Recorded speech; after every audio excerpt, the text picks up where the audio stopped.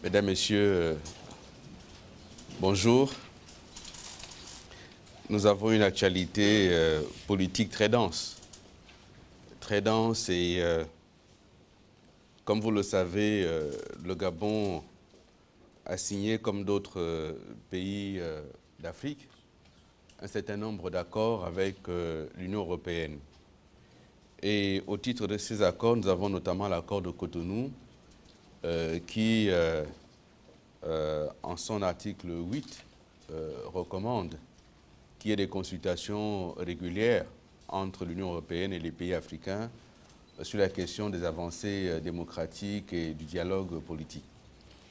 C'est au titre donc de cet article 8 de l'accord de Cotonou que le Premier ministre chef du gouvernement, le professeur Daniel Nando, entouré d'un certain nombre de membres de son équipe, dont le ministre de la Justice, le ministre des Relations avec les institutions, bien sûr le ministre des Affaires étrangères, le ministre de l'Intérieur, le ministre de l'Énergie et moi-même, ministre de la Communication, avons été à ses côtés pour discuter avec la délégation de l'Union européenne autour des problématiques liées au processus électoral en cours et principalement à l'élection du président de la République pour le mois d'août 2016.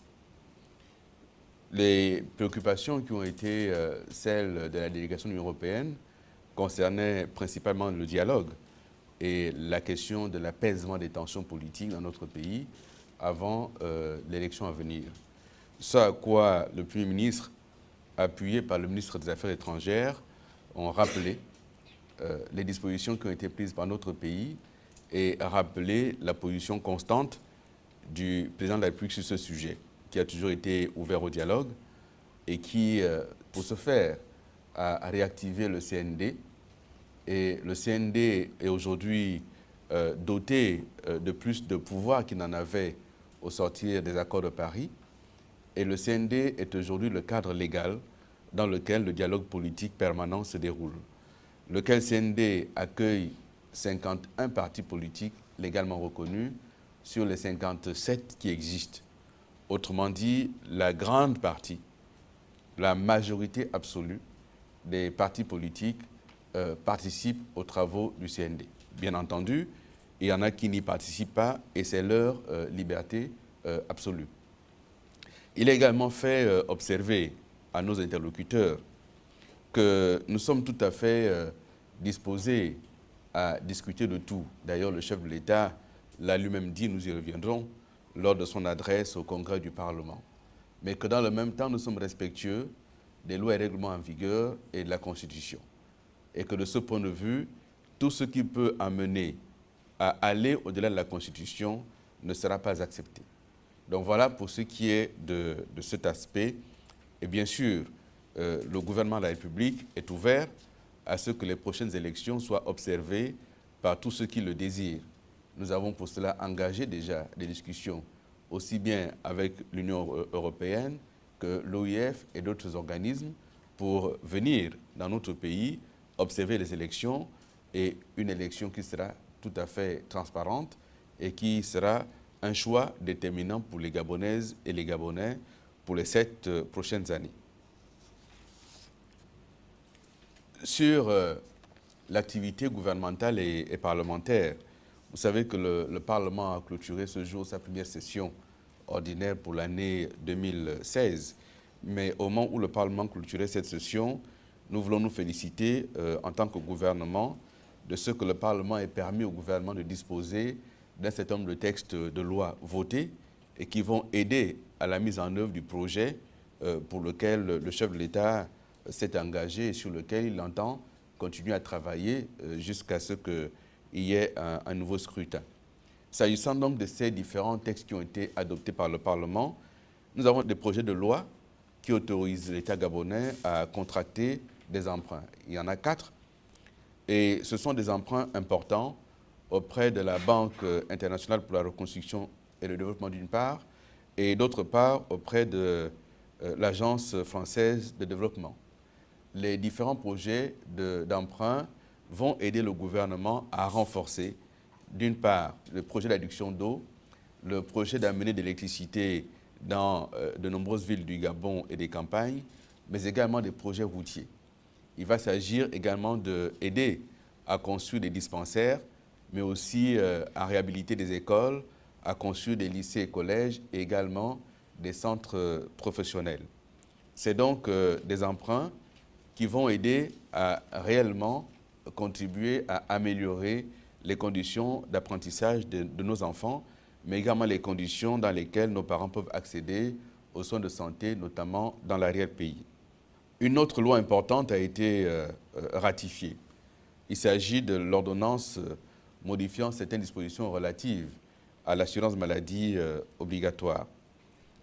Il s'agit donc d'un texte très important dans la mesure où il va permettre d'accentuer et de garantir la prise en charge médicale et sociale de nos compatriotes.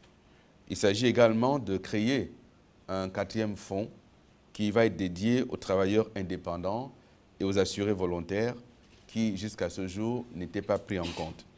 Il s'agit donc de compléter l'arsenal qui existe et donc d'accentuer la prise en charge aussi bien pour ce qui est de la maladie que ce qui est de l'accompagnement des personnes les plus fragiles de toutes les couches de la société. C'est donc un texte très important qui a été adopté. Un autre texte, vous savez que dans le contexte économique actuel, et ça fait de nombreuses années déjà, que le chef de l'État demande à ce que le gouvernement recherche systématiquement des partenariats publics-privés, notamment en ce qui concerne les infrastructures. Et vous savez qu'un des grands projets en œuvre aujourd'hui, le programme Graines, est un partenariat public-privé, de même que les plantations au lame, aussi bien à Bitam, Kango, Kamouila, participent d'un partenariat public-privé, de même que la zone économique spéciale d'Ongkok participe d'un partenariat public-privé. C'est donc un nouveau modèle qui a cours, qui a lieu, et il était donc question d'avoir l'instrument juridique qui encadre ce nouveau modèle, d'où cette ordonnance qui a été prise et maintenant ratifiée par le Parlement concernant donc les partenariats publics-privés. Et la dernière chose, c'est donc le projet de loi qui vous concerne, c'est le Code de la communication, qui a donc été définitivement adopté par le Parlement, puisque le Sénat l'a adopté hier en termes identiques que l'Assemblée nationale, ce qui veut dire que ce nouveau texte va maintenant entrer en vigueur dès lors que le chef de l'État aura signé le décret de promulgation. Dans l'actualité, nous avons également les manœuvres médico-militaires qui se poursuivent dans le Guelolo. La question des manœuvres médico-militaires est maintenant connue de tous. Il s'agit donc d'un exercice qui permet aux services de santé militaire de se rapprocher des populations, d'apporter des soins de santé aux populations dans les zones les plus reculées et en même temps de s'exercer à intervenir en cas de catastrophe dans une zone de notre territoire ou en dehors du territoire. Dans tous les cas, des soins de santé sont gratuitement apportés aux populations. L'autre point que je voulais aborder avec vous concerne la fin des examens du baccalauréat, qui vont donc, ces examens sonner la fin de l'année scolaire pour ce qui est en tout cas de l'enseignement secondaire. Après le certificat d'études et le brevet d'études, nous avons maintenant le bac qui s'est déroulé convenablement. On va assister bientôt aux différentes délibérations, au second tour et ensuite aux délibérations définitives. Tout ceci, encore une fois, marque bien la volonté du gouvernement de faire en sorte que l'année scolaire aille à son terme et nous y sommes quasiment. Donc on peut s'en féliciter et à la fois remercier les enseignants et tous ceux qui contribuent à faire en sorte que l'année scolaire se déroule convenablement. Sur votre agenda, retenez que le samedi 1er juillet, nous aurons la journée citoyenne. Si vous pouvez en faire le relais et si vous pouvez veiller à faire en sorte que dans vos propres structures publiques et privées, cette journée citoyenne arrive à produire des effets, ça serait une bonne chose. Dans tous les cas, les différentes mairies sont engagées, sont mobilisées, en commençant par la mairie de Libreville qui va mener un certain nombre d'opérations. Et si vous pouvez là aussi sensibiliser les populations pour qu'à cette occasion, le samedi 1er juillet, elles contribuent également à améliorer l'environnement autour d'elles. Je voudrais maintenant terminer par l'importante communication délivrée par le chef de l'État devant les deux chambres du Parlement réunies en congrès. C'était la deuxième fois que le président de la République se livrait à cet exercice. La première fois, vous vous en souvenez, c'était en décembre 2012. Et à cette occasion, il avait non seulement rappelé ce qui fonde la République gabonaise et le vivre ensemble qui doit nous caractériser, mais en même temps, il avait présenté aux parlementaires et donc à la nation les grands axes du plan stratégique Gabon émergent.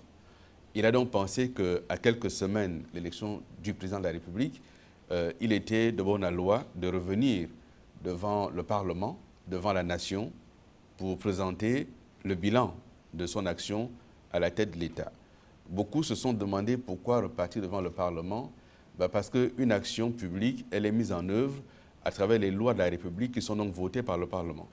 Le Parlement vote les différentes lois qui contribuent à la réforme, mais le Parlement vote également le budget qui aide à mettre en œuvre le plan présenté par le gouvernement. Et donc, il s'agissait de dire aux parlementaires, les ressources que vous avez mises à la disposition, les réformes que vous avez votées, voici à quoi ça a conduit le pays, voici ce à quoi nous sommes parvenus. Et ce bilan, il l'a fait, il est chiffré, chacun d'entre vous a pu en prendre connaissance puisqu'il a été publié à la fois sur Internet et dans la presse papier. Le chef de l'État, en dressant ce bilan, l'a fait secteur par secteur. Il a indiqué des chiffres, mais dans le même temps, il a indiqué, et c'est ce que les uns et les autres devraient pouvoir retenir, qu'il faut aller plus loin. Même dans les secteurs où on peut légitimement estimer qu'il y a eu des effets positifs, le chef de l'État pense qu'il faut aller plus loin. Et a fortiori dans des secteurs pour lesquels il a lui-même apporté un bémol comme le logement, il pense que là aussi des correctifs nécessaires doivent être apportés. Mais tout ça parce qu'en filigrane et en toile de fond, ce que recherche le chef de l'État, c'est l'amélioration des conditions de vie des Gabonaises et des Gabonais. Et s'agissant de la question politique qui vous concerne, le chef de l'État a renouvelé encore une fois toute sa disposition à discuter, à dialoguer, mais encore une fois l'a-t-il répété, dans un cadre légal et en incluant la participation des jeunes et des femmes. Le chef de l'État a dit qu'il est prêt à discuter de tout, y compris des mandats politiques, mais dans un contexte légal, encadré par la loi et avec la participation du plus grand nombre, c'est-à-dire des hommes, des femmes et de toutes les couches de la société. Parce qu'en effet, il ne souhaite pas que ces discussions-là, lorsqu'elles devront s'ouvrir, ne concernent que des acteurs politiques, mais que ces décisions soient ouvertes à un plus grand large panel de personnes, et y compris les différentes couches de la société gabonaise.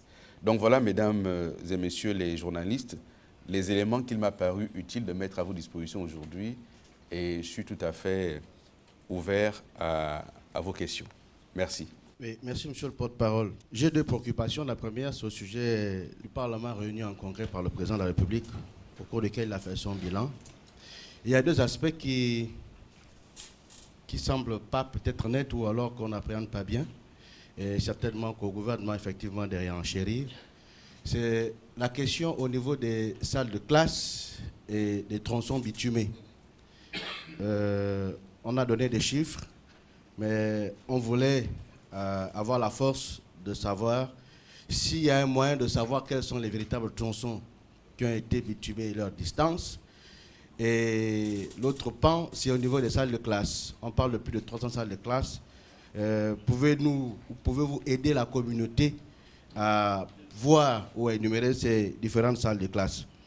L'autre préoccupation, c'est au niveau de la journée citoyenne, qui a été rénovée, aussi on peut le dire, parce que on a remarqué que la mairie de Libreville, désormais, est un peu plus impliquée. Pourtant, c'est initié depuis quelques années. Le chef de l'État et le gouvernement mettent un point d'honneur sur la journée citoyenne, qui était une mesure prise au début du mandat. Mais il y a beaucoup d'autres mesures qui n'ont pas été revues ou alors sur lesquelles le gouvernement ne s'est pas planché. Je prendrai par exemple la fermeture des bars à 22h, qui malheureusement n'a pas été recadrée. On va effectivement constater que la question de la fermeture des bars n'a pas eu l'effet escompté dès le départ. La décision avait été prise. Il revenait aux administrations et aux collectivités locales de faire appliquer la décision qui a été prise. Et vous faites bien de relever que cette décision, aujourd'hui, manque d'applicabilité sur le terrain. Il faut donc continuer à insister, mais pour notre part, gouvernement, nous pensons que c'était une très bonne décision et il faut continuer à insister. S'il plaît à Dieu que le chef de l'État soit réélu, ce sont des choses sur lesquelles il faudra revenir. La mairie de Libreville s'implique, comme on dit, vaut mieux tard que jamais. Et peut-être qu'au début, elle n'a pas été suffisamment impliquée parce que Madame Rose Christiane Osuka, au moment où on lance l'opération de la journée citoyenne, n'est pas encore maire de Libreville. Vous savez qui était maire de Libreville à l'époque. Ce serait bien de lui poser la question des raisons pour lesquelles il ne s'est jamais impliqué dans cette journée citoyenne et pour lesquelles il s'impliquait dans d'autres choses qui ne concernaient pas vraiment la collectivité. Donc, Madame Rose Christiane Osuka est aujourd'hui maire de Libreville et elle s'implique et chacun voit les efforts qui sont faits avec le soutien du chef de l'État pour améliorer les conditions de vie des Gabonaises et des Gabonais à Libreville. Concernant le premier volet de votre question, il me semble effectivement important qu'il y ait ces détails. Mais lorsque le chef de l'État s'exprime à l'occasion d'une rencontre aussi solennelle, il ne va pas aller dans le détail des tronçons de route ou de la localisation des salles de classe. À vous maintenant de vous rapprocher des ministères concernés, des TP, pour dire le chef de l'État a annoncé qu'il y a tant de kilomètres de route qui ont été bitumés, c'est quel tronçon, ça se trouve dans quelle province. À ce moment, vous avez le détail, mais le détail existe. Je ne l'ai pas sous les yeux.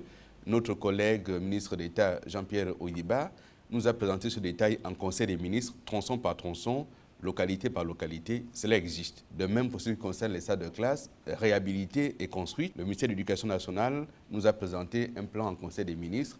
Je ne l'ai pas sous les yeux, mais il est disponible. Et si vous le souhaitez, vous pouvez vous rapprocher de mes services. On vous donnera ces éléments-là. Très bien, merci. Oui, Laurent Ngoma.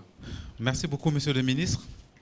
Nous connaissons votre éloquence chaque fois que les médias français écrivent sur le Gabon, notamment sur des dossiers scandaleux. Mais cette fois-ci, on est un peu étonné de constater qu'il y a eu des nouvelles révélations par le journal Mediapart qui a révélé qu'il y a des Gabonais qui perçoivent ou qui ont perçu d'énormes rétrocommissions dans l'attribution des marchés à la société chinoise Sino-Hydro. D'après ce média, relayé aussi par la presse locale, il s'agirait de Mme Pascaline Bongo et de Frank Ping. Le détail est contenu dans ces médias. Ça fait beaucoup de milliards, jusqu'à peut-être 10 milliards. Ce qui nous étonne, c'est que vous soyez resté silencieux. Est-ce que parce que vous vous dites que cette fois-ci, nous sommes tous pourris, donc ça ne concerne pas que le pouvoir, mais ça touche aussi l'opposition, ou encore parce que vous pensez que Mediapart, c'est le spécialiste des ragots. Et dans d'autres pays, peut-être qu'on devait ouvrir une enquête parlementaire pour savoir pourquoi des citoyens auraient encaissé autant d'argent. Merci beaucoup. Je vous remercie, Monsieur Laurent Ngoma. Vous savez, moi, j'ai une modeste fonction de porte-parole du gouvernement. Lorsque le gouvernement est mis en cause, je fais mon travail pour le défendre. Dans l'article que vous évoquez, le gouvernement n'est pas mis en cause. Je ne voyais pas donc comment moi j'allais pouvoir me saisir de ce texte. Mais vous faites bien de revenir dessus. Effectivement, il y a eu cet article. Effectivement, dans de nombreux pays, cela aurait donné droit à plusieurs types d'enquêtes. Enquêtes parlementaires, bien sûr, mais également enquêtes judiciaires, puisque les gens sont nommément cités. S'agissant du tous pourris, non, je n'irai pas jusqu'à dire que nous sommes tous pourris, et ce n'est pas vrai de le dire. Mais il est vrai qu'habituellement, et M. Ping d'ailleurs lui-même l'a dit, le clan Bongo, comme il l'a appelé, c'est la corruption. C'est ce qu'il lui-même a dit. Et donc, que Mme Pascaline soit citée dans un texte, j'ai envie de dire que ça fait des années déjà que les Bongos sont cités dans des textes, avérés ou pas avérés. Ce qui est surprenant maintenant, c'est lorsqu'un candidat déclaré à l'élection présidentielle, il y a son fils qui est cité et c'est lui qui reste silencieux. Le silence à déplorer, ce n'est pas le mien, c'est son silence à lui. Lui qui veut apporter une république nouvelle, irréprochable, sans tache ni ride, et dont le fils, qui est en même temps l'argentier de sa campagne, se trouve être impliqué dans un dossier de corruption. C'est de ça qu'il s'agit, c'est un dossier de corruption. C'est maintenant M. Ping de s'exprimer publiquement. Est-ce qu'il dénonce les comportements de son fils? Est-ce qu'il pardonne à son fils d'avoir pris de l'argent sur le dos du contribuable? Parce que c'est de ça qu'il s'agit. C'est de l'argent du contribuable, puisque c'est pris sur les marchés publics. Donc c'est l'État qui paye, c'est le contribuable qui paye. Et sur ces marchés publics, M. Frank Ping, d'après Mediapart, a reçu des commissions. Mais vous savez que nous sommes en relation avec les autorités judiciaires françaises. Et il n'y a pas que ce dossier qui implique le clan Ping. Il y en a beaucoup d'autres dossiers dans le domaine du BTP au Gabon. dans le domaine de l'énergie, dans le domaine des mines, dans le domaine du pétrole. Dans tous ces domaines, ces gens sont impliqués, mais d'une manière absolue. Et M. Ping a rappelé, lorsqu'il a fait sa déclaration d'entrée fracassante dans l'opposition, il a dit qu'il a créé sa société, Ping et Ping Consulting. Il n'a pas dit de quel Ping il s'agissait, mais lui-même y était, Ping et Ping Consulting, et que ça l'énervait que le gouvernement gabonais, le pouvoir, ne lui accorde plus de contrat. Est-ce que c'était ces contrats? Est-ce que c'était d'autres contrats? Mais nous avons des éléments avérés que de tels comportements ont eu lieu sur d'autres types de marchés au Gabon et en dehors du Gabon.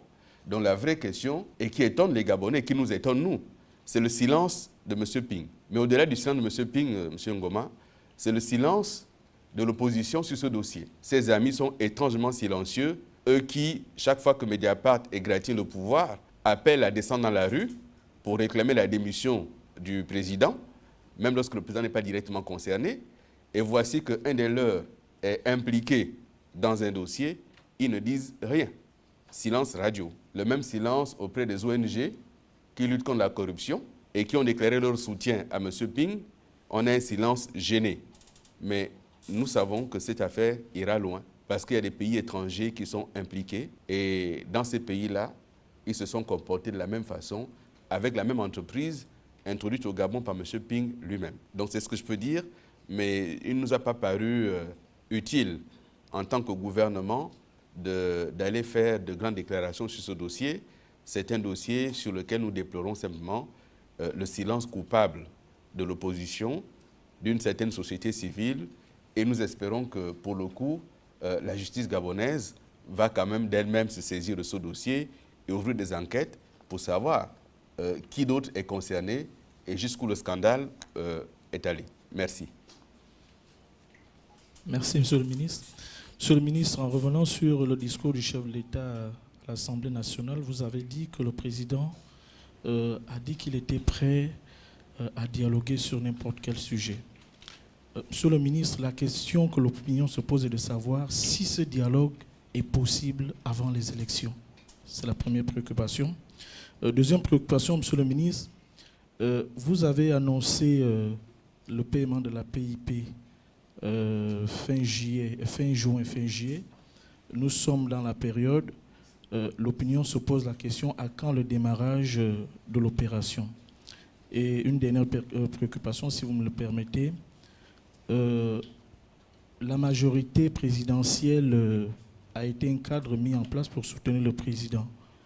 Mais aujourd'hui, il semble qu'il y a un leader de la majorité qui s'est porté candidat en la personne de M. Paul Mba Abessol. Monsieur le ministre, votre réaction par rapport à cela, quand on sait que la charte de la majorité dit que c'est seul le président de la majorité qui est candidat. Merci. Vous savez, moi, je ne souhaite pas répondre aux questions concernant M. Mba Abessol. J'ai déjà indiqué ici un certain nombre de choses et donc je ne souhaite pas revenir dessus.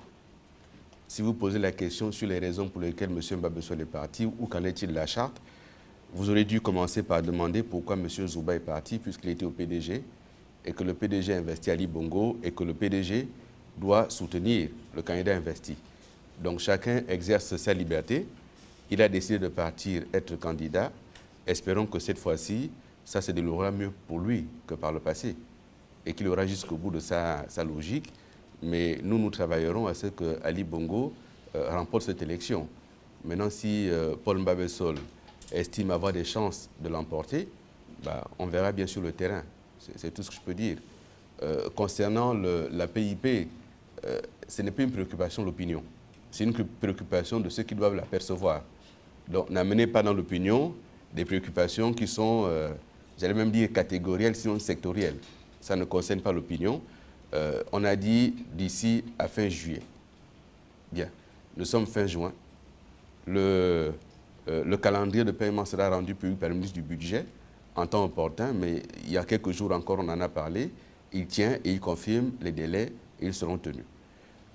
Concernant votre première préoccupation sur le dialogue, le président a indiqué très clairement, et ce n'est pas pour la première fois, il a dit les délais constitutionnelles doivent être respectées. Donc l'élection du président de la République aura lieu dans les délais fixés par la Constitution, c'est-à-dire le 27 août. Il n'y a donc pas, de ce point de vue, urgence à discuter de la question des mandats. Ce d'autant plus que notre loi fondamentale interdit qu'il y ait modification de la loi électorale et a fortiori de la Constitution en année électorale. Or, discuter de la question des mandats avant l'élection, c'est donc remettre en cause la Constitution. Et personne ne le souhaite. Parce qu'une remise en cause de la Constitution aujourd'hui ouvre la voie vers l'inconnu. Et personne ne va aller vers l'inconnu. Donc, l'élection aura lieu le 27 août. D'ailleurs, chacun l'a bien compris, puisque chaque jour, il y a de nouveaux candidats qui se déclarent. C'est qu'ils savent bien que l'élection aura lieu le 27 août. Et la CENAP a déjà rendu publique la liste des différents représentants des commissions. Et donc, le processus est en marche. La liste électorale est prête. Le processus est en marche. Nous attendons maintenant les dépôts des candidatures, leur validation par les instances appropriées, et non pas par la rue, mais par les instances appropriées, et puis l'ouverture officielle de la campagne pour qu'on se dise enfin certaines choses dans des milieux qui soient autorisés. Là, il y a des choses que je ne peux pas dire parce que je suis contraint de m'en tenir au porte-parole du gouvernement. Oui, monsieur. On prend 2 dernières questions, s'il vous plaît. Merci, monsieur le porte-parole. Président du journal Infosport. Permettez-moi de poser une question qui ne cadre pas dans l'ordre du jour que vous avez tracé. On vous sait très sportif, monsieur le ministre. Le contrat du sélectionneur national Georges Costa est arrivé officiellement à son terme depuis hier, le 30 juin 2016. Monsieur le ministre, normalement, j'aurais pu poser cette question au président de la FEGAFOOT ou au ministre des Sports, mais vous êtes porte-parole du gouvernement et c'est le gouvernement qui paye et c'est l'argent du contribuable. Et le chef de l'État voudrait que non seulement le Gabon organise la CAN 2017, mais également puisse la gagner. Pensez-vous qu'on peut remporter la CAN avec Georges Costa qui a favorisé que le Gabon puisse se dégringoler dans le classement FIFA?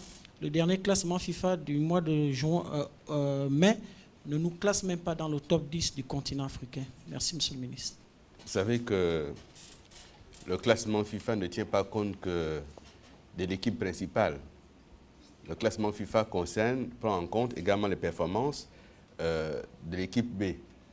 Et c'est les deux qui ont fait que l'équipe dégringole dans le classement FIFA. Ce n'est pas que les performances de Georges Costa. Ensuite, Georges Costa n'est pas sur le terrain. Il est le sélectionneur. C'est quand même pas lui qui va marquer des buts à la place des joueurs. Donc, il fait une sélection. Si vous pensez que cette sélection n'est pas bonne, nous sommes 1 800 000 et nous sommes 1 800 000 entraîneurs de foot assis devant notre télévision. Mais il y a quand même quelqu'un qui est le sélectionneur. On lit dans la presse, on entend des incompréhensions, on entend beaucoup de gens qui sont insatisfaits également.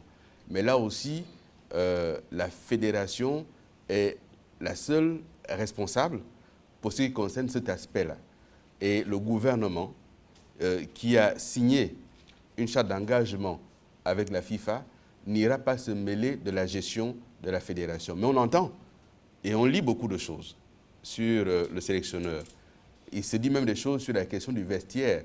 Il se dit beaucoup de choses également sur l'engagement réel des joueurs. C'est vrai. Nous y sommes attentifs. Le chef de l'État a engagé le Gabon pour l'organisation de la CAN 2017. C'est des ressources importantes qui sont mobilisées pour construire des stades. Des ressources importantes qui auraient pu servir ailleurs. Il y a donc ce choix qui a été fait. Et ce choix doit amener effectivement les joueurs à faire montre de patriotisme et la fédération à les accompagner. Donc si la fédération estime que des 6 mois qui nous restent jusqu'au mois de décembre, on peut encore changer de sélectionneur, c'est une responsabilité de la fédération. Le gouvernement ne se mêlera pas de cette question-là.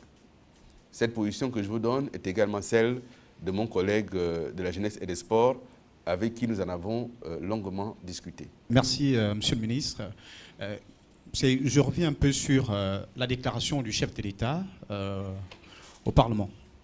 Dans son allocution, le président de la République a beaucoup insisté sur les notions de paix. Moi, ma préoccupation, elle est toute simple. Pourquoi quel mobile qui pousse à un pays tel que le Gabon, qui a déjà traversé ses 50 ans d'existence, de pouvoir encore se poser la question de la paix, alors que nous avons justement des préoccupations telles que actuellement les préoccupations des libertés individuelles, des préoccupations liées justement à l'emploi, à l'économie, etc., des vraies préoccupations. Est-ce que la paix, c'est encore une nouvelle pour le Gabon? Merci. Vous avez dans ce pays une préoccupation liée aux libertés individuelles? Moi, je n'en ai pas, je n'en vois pas. Que ça soit dans le domaine du respect de l'état de droit, que ça soit dans le domaine de la communication, je ne vois pas de problème de liberté individuelle dans notre pays. Je ne vois même pas de problème de liberté publique ou liberté d'opinion. Il se crée chaque jour au Gabon des associations, des syndicats, des partis politiques. Il se crée chaque jour des médias dans notre pays qui déversent leur flot de haine et de rancœur en toute impunité, en toute indépendance et en toute liberté, avec en prime une participation de l'État, une subvention à des jures. Et donc, vous estimez qu'il y a un problème de liberté publique au Gabon? Moi, je n'en vois pas. Deuxième chose, vous pensez que la paix, c'est définitif? Vous savez qu'entre les deux guerres mondiales, 1914-1918, il y a eu combien de temps avant qu'une autre guerre n'éclate en 1939 jusqu'en 1945? Quelques décennies. Donc, vous estimez que parce qu'on a 50 ans de paix, il faut maintenant négliger la paix, ouvrir la voie à quoi? À la guerre? Parce que s'il n'y a pas la paix, il y a quoi? Le président a rappelé la paix comme un des fondements de notre vivre ensemble, comme un legs qu'il faut préserver, qu'il ne faut pas perdre. Et il a dit, ne cassons pas la maison Gabon, ne brisons pas la maison Gabon. Et il a fait référence à ce flot de haine qu'on entend, à tous ces gens qui vous disent que si Bongo gagne, on va casser. Mais ça veut dire que le résultat des urnes est déjà compromis avant même qu'il ne se soit exprimé. Mais ça, ce n'est pas une attitude digne de gens qui veulent accéder à diriger un pays. Donc, la paix, c'est quelque chose qu'il faut préserver. Ensuite, l'emploi est une préoccupation. Mais le président a indiqué que s'il paie à Dieu et si les Gabonais lui font de nouveau confiance, le septennat à venir va être consacré à un investissement massif dans le domaine de l'éducation, la formation pour l'emploi des jeunes. Il a déjà commencé à trouver des solutions pour l'emploi. Il n'a pas résorbé totalement le chômage, mais ce chômage, il faut également l'identifier. À quoi il est lié? D'abord à des questions de formation, à l'emploi. Il est lié également à des questions de diplômes qui sont octroyés dans des secteurs qui ne créent pas de l'emploi. Donc il faut regarder tout ceci. Il en fait une préoccupation pour le prochain septennat et il l'a dit également dans le même discours. Donc c'est une réelle préoccupation. Mais il a donné un chiffre. Et dans ce chiffre, on en parlait encore ce matin avec le ministre du Travail, ce chiffre indiqué par le président, il s'arrête en 2014. Mais il y a des emplois qui ont été créés depuis. Il y en a d'autres qui ont été perdus avec la crise du pétrole. Mais rien qui ont été créés. Dans le secteur de l'agriculture, de nombreux emplois ont été créés. Donc, il y a 60 000 emplois qui ont été créés entre 2010 et 2014. Ce n'est pas rien. Mais il faut continuer à travailler parce que la question du chômage des jeunes est une préoccupation mondiale. Elle n'est pas que gabonaise, elle est mondiale et chaque pays essaie de trouver des solutions et le Gabon essaie d'en trouver également. Mais encore une fois, je ne suis pas certain que parce que nous avons 56 ans de paix, il faut qu'on s'essaye à une année de guerre. Ceux qui pensent comme ça se trompent. Et la paix, on peut la perdre très rapidement, plus rapidement qu'on l'imagine. Merci. Merci, Monsieur le ministre. Média Plus, Port-Gentil. Monsieur le ministre, vous avez été... Vous êtes venu de Port-Gentil rien que pour la conférence. Donc, Monsieur le ministre, vous avez été récemment aux côtés du chef de l'État à Port-Gentil. Vous savez, comme tous les Gabonais, que l'activité, ou du moins le revenu économique du Gabon est lié essentiellement à l'activité pétrolière. Et depuis bientôt 2 ans, le pétrole a décru. Puisqu'on dit que gouverner, c'est prévoir, là on annonce pour cette fin d'année la cessation des activités pour l'entreprise Halliburton. Si gouverner, c'est prévoir, à quand une légère embellie, Monsieur le ministre? Ça, c'est la première question. Deuxième question. Lors du lancement des travaux du pont, du moins de la route Port-Gentil-Libreville, notamment du premier axe, donc partant de Port-Gentil pour Omoué, il avait été annoncé que ces travaux dureraient 2 ans. À quand réellement la fin de ces travaux pour pouvoir désengorger Port-Gentil parce que les populations de l'Ogooué-Maritime y comptent vraiment. Merci. Vous me dites que gouverner, c'est prévoir à quand l'embellie. Seul Nostradamus peut répondre à cette question. Concernant le pétrole, c'est difficile de savoir à quand l'embellie, mais il a commencé à se redresser un peu. Mais l'embellie, ce sera de persister dans la diversification de l'économie. C'est de faire en sorte que notre pays ne soit plus trop dépendant du pétrole. Et c'est parce que justement, le chef de l'État a impulsé cette diversification que nous avons mieux résisté que d'autres pays africains producteurs de pétrole. Essayez de vous renseigner. On a des pays africains producteurs de pétrole qui sont aujourd'hui à moins 10%, à moins 12%. On a des pays qui ont perdu en 2 ans 60 000 emplois. Dans notre sous-région, Afrique centrale, je ne vais pas ici commencer à en donner la liste. Donc il y a des pays dépendants du pétrole qui sont aujourd'hui en récession. Nous sommes encore autour de 3,2% de croissance parce qu'on a heureusement diversifié. Donc la seule solution, c'est de continuer à diversifier tout en espérant que le pétrole va remonter. Les populations de Port-Gentil, le chef de l'État y a été encore récemment, souffrent aujourd'hui de cette situation de crise. Mais en même temps, elles voient les efforts déployés par le chef de l'État pour essayer de trouver des solutions alternatives. Mais ce n'est pas simple. Et moi, je ne peux pas vous dire que d'ici la fin de l'année, la solution sera trouvée. Mais il faut continuer à diversifier. Quant à la route, oui, on a annoncé que les travaux pour le premier tronçon seront achevés au bout de 2 ans. Mon travail est les achever dans les délais.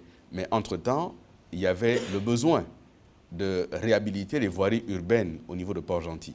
Donc, à côté de ce que fait la mairie de Port-Gentil, il y a aussi l'État qui intervient et la route qui part de Ntchengue pour traverser Port-Gentil est prise en compte. Et c'est la même entreprise qui aujourd'hui est commise à la tâche pour refaire cette route-là.